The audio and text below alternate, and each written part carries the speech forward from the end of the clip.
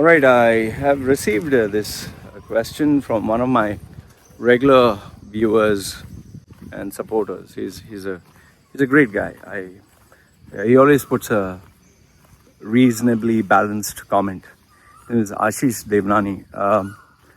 So he sent me this question, and I thought it was a worthwhile question. The question is, he was speaking more about dieting, dietitians, gym coaches, fitness gurus. So the question that he asked was, how do you know if somebody is good or not? How do you know if what they claim is legit? Like, how would you know if someone is taking steroids? How would you know if someone is not taking steroids? How do you know if someone is bullshitting or telling you the truth? Okay, so I thought I'd answer this question. Now, any industry or any genre, where there is a need, there will always be experts or gurus. Okay, and where they know that they can make money out of selling hope or expectation or a dream, you'll have plenty. Why? Because there is no way to measure hope. There's no way to measure expectations. Like, for example, you say, I want to be rich. I want to earn six-figure income, or I want to be successful. I want to achieve my dreams. How do you measure this? Okay, six-figure income, the guy can say, yes, you will earn it after you complete the course, after 6 months, 9 months. And then when you reach 9 months, they'll say, oh, it's because of this, that, market conditions, because you didn't do this. So it's very hard, okay? Because you're selling a knowledge or service. And keep in mind that knowledge, anybody who tells you anything, knowledge or provides a service, they were not born with this. They learned it from somewhere else. They read it somewhere else, or they were able to watch a video somewhere. And today's day and age of YouTube videos and articles, google.com, anyone who knows anything, they have read it from somewhere. They've collected all the information. They've repackaged this and they resell it to you. That is where the Thai Lopez, Brendan Burchard, nowadays people use how I became a 10x 3-time TED Talk speaker. How you can become. TED Talks is rubbish. Any Tom, Dick and Harry can organize a TED Talk. You can do it in a school, you can do it in a college, and you can invite yourself. Then there's a new one. This guy, his name is what? Joe Vitale or something. He's teaching you a course on healing. Hoponoponoponoponopo. Something like that. Its actual name, Its actual name is Hoponoponoponoponoponopono. And he will teach you how to be a healer. Heal just with your hands, with your energies. He'll give you a certification for healing. Just imagine how dumb people are, where they believe I can be certified to heal. I get a certificate. I'm a Reiki healer. The energy flows. And people fall for this. I mean, where is common sense? Okay. Since, there's a biblical saying that the money and the fool are always parted. Money never stays with the fool. Okay. So, as long as there are these people who fall for this kind of bullshit and they have money, gurus like this will grow. So now comes the fitness industry. The fitness industry, the health industry, dieting or whatever, is, I don't know, they say it's $1 billion. I would tell you it's $1 trillion industry. It's so big, man. Fuck. In dieting, you have Atkins, you have veganism, you have paleo, you have fruitism, fruit diet, you have water dieting. You always hear some snake or something moving. Okay. Then in fair exercise, you have bodybuilding, you have body toning, your body slimming, your body weight gain, You have even functional exercise like CrossFit or those games, hanging like a monkey and doing all those acrobatics. Then you have Pilates. Then you have sports like running, sprinting, track and field. You have marathon. You have cross hike. You have mountaineering, cycling, swimming. It goes on and on. There's no end to it. So now the question comes, which one is best for you? What should you take? Whom should you believe? So I'll narrow it down to this because the topic in itself is very huge. Now, first thing what you need to realize is just because someone is good at something doesn't qualify them to be a coach. You can be an amazing athlete, but you can suck at being a coach. That's number one. Second is, a good coach never comes for cheap because a good coach is always in demand. Number three is, just because a person's popular or famous or a celebrity doesn't mean that they're giving you something legit. There are some people who have very good marketing teams, like this Six-Pack Chang. He used to always advertise that you can eat whatever you want, chocolates, ice creams, everything, and still get six-pack. He was never tested for steroids. He was never tested for SARMs. He was never tested for growth enhancers. But he made a lot of claims. He could do, he was huge, massive. He was like 3 times my size in just muscle. So he claims to be natural. Now, the next point is, everyone in the fitness industry, everybody, they are trying to push their limits of how they look. Because when you're in the fitness industry, people are busy searching for your flaw, your imperfection, rather than your perfection. That's why when we see a physique, we'll always search for, oh, that little fat is there. Oh, I could see that little sagging skin. So people are used to believing that if you look like a Greek god, perfectly sculpted, then you must know perfect exercise. And they always go for the extreme. Like, I used to see these channels.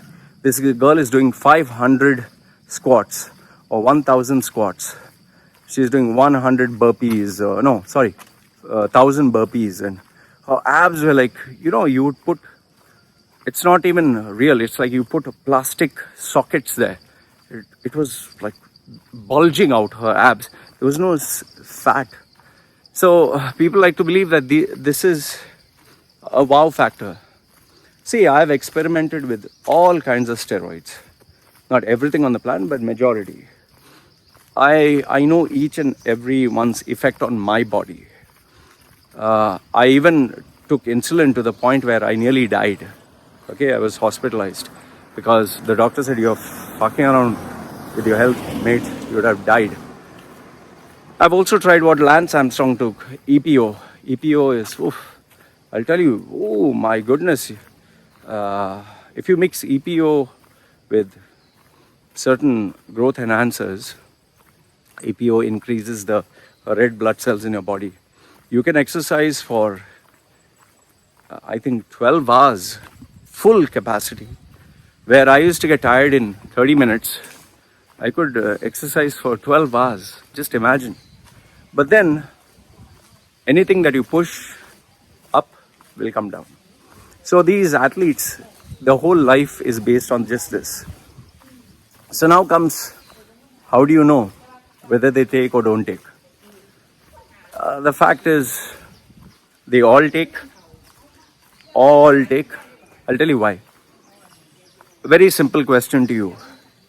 You can make whatever salary you're making per month, working, say, 12 hours a day. Or there is another way. You just have to take one pill, which is banned, but you get it. And you can earn double the income, with less effort. But you shouldn't tell anyone. Do you think you're going to go around telling everyone? No. See, in the fitness industry, everyone wants to make their life easier. Initially, it is fun doing exercise, but after some time, it becomes a grind. Yeah.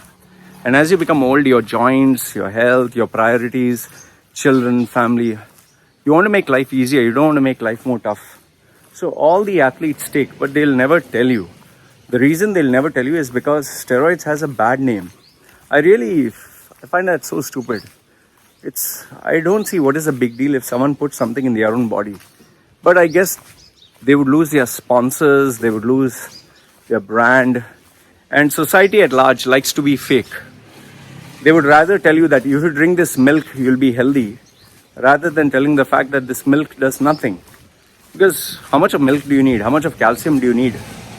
Like, if you have Nutella, Nutella had to pay millions because they said Nutella is a complete breakfast. Kellogg's cornflakes is nothing but sugar. What vitamins, minerals does it give? It's bullshit. What is vitamin C? What is vitamin D? What is vitamin E? Those tablets and pills. It's $1 billion industry. You don't need all this. Simple proof for this.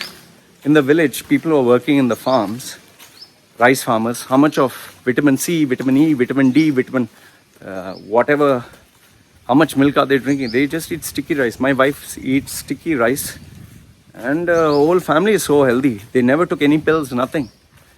It's all bullshit. Like yesterday, one of my friends or clients in my group, he sent this documentary about veganism. That if you eat only plants, you will be healthy. Well, is it sustainable? Why do you think the entire world is eating whatever they want? Why is it people who are vegans, why is it not mainstream? Why is it not everyone's doing it? See, even when this Fat, Sick and Nearly Dying came out, this documentary, where this guy lost 100 kilos by just drinking juice, fruit juice. I did that. I drank only juice. Only fresh fruit juice, no sugar. I drank it for, I think, a month. I lost half my body weight. But then, the day you stop, you gain all that weight back and double and more. I've tried water fasting. I lost 11 kilos in 8 days. But the day I stopped, I gained all the weight back. So any exercise that you do, you lose all the weight and then you'll gain all the weight back. So now comes, which coach do you recommend? The problem is because you can read any book, you can see any video, anyone can do anything. And the problem is you'll cherry pick the information you like. And when you go to a bodybuilding coach, he'll say bodybuilding is the best. When you go to an athletic coach, he'll say athletics is the best. You go to a CrossFit coach, he'll say CrossFit is the best.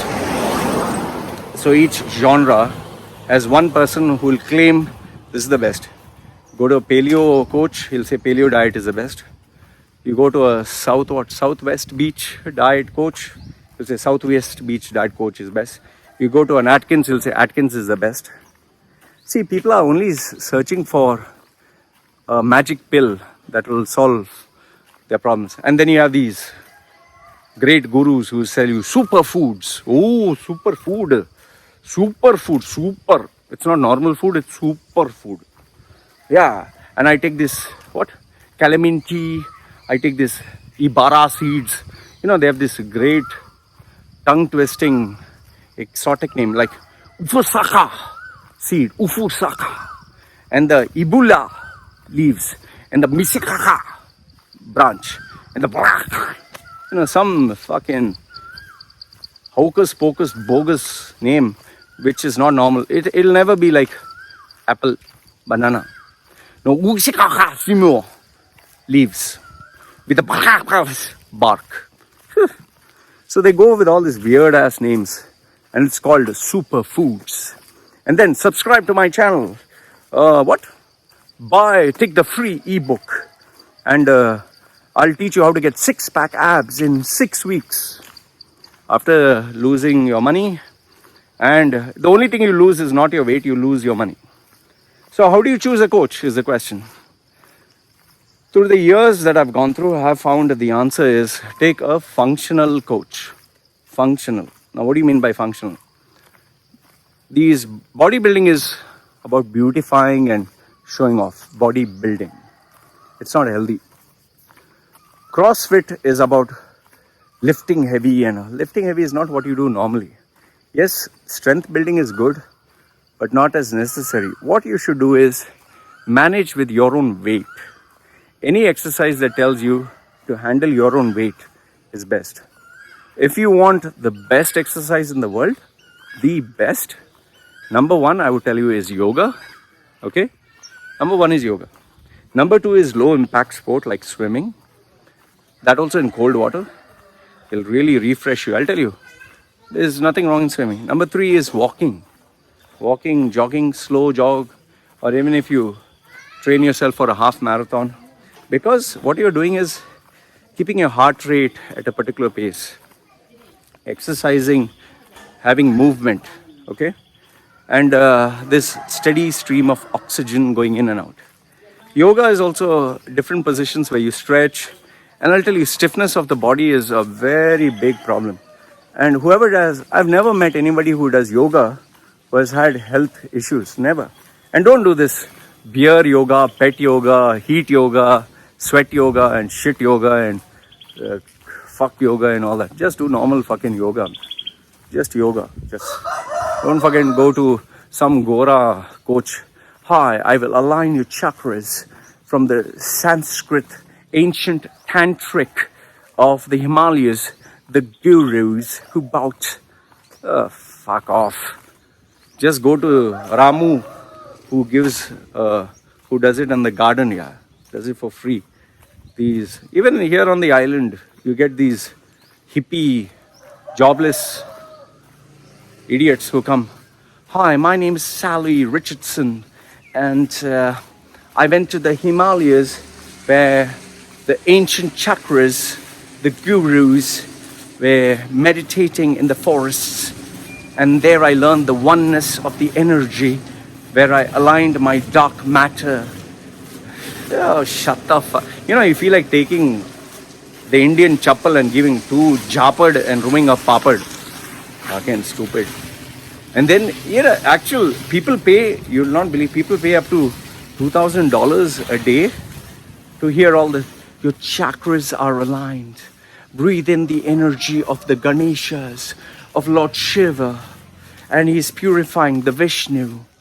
And then, to make it look exotic, they'll give you, this is what? The Indian bread. It's called fucking chapati, yeah. The Indian bread, chapati. And this is, instead of dal, they'll say, this is dal with spicy coriander and tamarind that heals the toxicity. And then what? See, if you go to Kerala, it's very simple. They say paroda and chicken curry, okay, which is best. And they drink it with their bagpiper whiskey, okay. But here, if you eat the parota with the succulent chicken, with the red spices. See, this is only Chutiagiri, they call it in India, no? Chutiagiri. And just because people have the money, they spend. Sometimes I feel like laughing. It's just like banging my head. It's like watching this Gora come to India. Namaste. What the fuck is a namaste? It's like Justin Trudeau putting the turban. Namaste. And his family and his poor kids all namaste. Shut the fuck up, man. We fucking shake hands.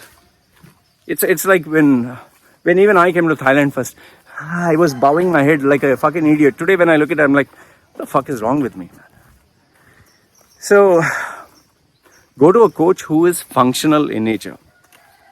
Sorry, I always go off tangent. Functional in nature means the stuff that you'll use. Let's say you're lifting heavy, fine. Take bodybuilding because you need to complement what you do. Okay, obviously you're not going to run every day sitting in the office. But if you're sitting in a stationary place, not moving, in the AC, then you need to do the bang opposite. Because I sit in the AC a whole day, I sit on a chair, I don't move. So it's very important for me to move. It's very important for me to bring myself in the heat. It's very important for me to ensure blood circulation, some movement up and down and all. So that's why I go for the 5-kilometer run. And when I do these videos, I walk. So it takes care of the mobility or compensates. So like I told you, yoga, number one. Second one, swimming. Third one, walking, jogging. Fourth one, if you're looking at gym, going to a gym, and you want to go to a gym, always go to a coach who is training athletes for a livelihood. Like for example, if there is a coach who trains fighters, I would trust him much more than a coach who trains for bodybuilding and physique. Why? Because the coach who trains for a fighter, the fighter has to survive. So the fighter has to be at his peak state. So anything that he eats or puts into his body has to help him perform. So I would always go for that coach who is training a fighter or training an athlete to perform. Because performance only comes if you're at tip-top shape. So go to a person who trains other people for a functional purpose or a functional goal. Okay? And last but not the least, if you are searching for somebody who, let's say you don't have the money, the budget, whatever, go to any ordinary gym, okay, or a health club or whatever. You see different weights. Ask the coach, how do you do this? Like, this is how I did. Suppose there was a machine for the bicep, and I tried it. Okay, then I asked the coach how to do it. I see people who are bigger than me or better than me or more experienced than do it. Those days there was no internet, there was no YouTube, there was no Google. So I has to read these magazines. Today, however, you can watch a YouTube video. Just Google search that particular exercise. Google search or check out the video. You'll see different variations. And then when you go to the gym, have a look at the video and practice. Ask yourself, okay, what's happening? Do it more and more and see where do you feel the soreness in your body. And then you'll be able to understand, okay, this exercise, when I did it this way, this is what I felt. And that is where you tend to realize what is good for you and not. The last and final bit of advice that I want to give you is weight loss or becoming thin or healthy is not by exercise, it is by food. Just as you put on weight, how do you put on weight? By eating. You lose weight by eating less. It's as simple as that. The industry doesn't want you to know it because they lose business. You put on weight by eating, you lose weight by not eating. That's simple as it goes. The second point of wisdom I want to tell you is consistency, daily consistency, beats a high performance gym, a high performance coach. Between two choices, going to a high tech gym far away, the world's best coach, or just doing everyday exercise near my house, I would choose the latter because it's so easy, it's so convenient. Get up, do exercise, go on with your day. And last if not the least, I would just tell you is you need to plan it out every single day. Like before sleeping, my clothes, my shorts, my running shoes, everything is kept ready. So I just have to get up, wear the stuff, complete it, and come back home. Day is done. My exercise for the day. The faster you do it, the better it is. And incorporate fasting, incorporate home cooked food, less processed, more natural. And as far as paleo, Atkins, whatever, I would just say eat everything in moderation. Eat everything in moderation and live a normal lifestyle, because it's not easy to live. I'm going to live carb free, I'm going to live meat free, I'm going to only live on fruits, only live on vegetables. You have to live like a normal person, man. Not all this fucking... This is all... people have to make money, so obviously they'll come out with bullshit. I've tried everything. Why do you think I opted for the bariatric surgery in the end? Because I knew my habits, I knew my DNA, I knew my lifestyle. And that's what it comes down to. Your lifestyle, your habits, your personality, and the choices you make. So, Mr. Ashish Divangi, I hope this answers your question. I responded because you're one of my regular viewers and supporters of my channel. So this is my way of saying thank you to you. So guys, do put your comments down below. You can agree, disagree, whatever. Please feel free to let me know your thoughts. And I always comment, and anyway, Okay? Yeah, do watch the ads.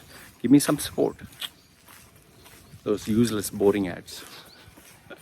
Take care.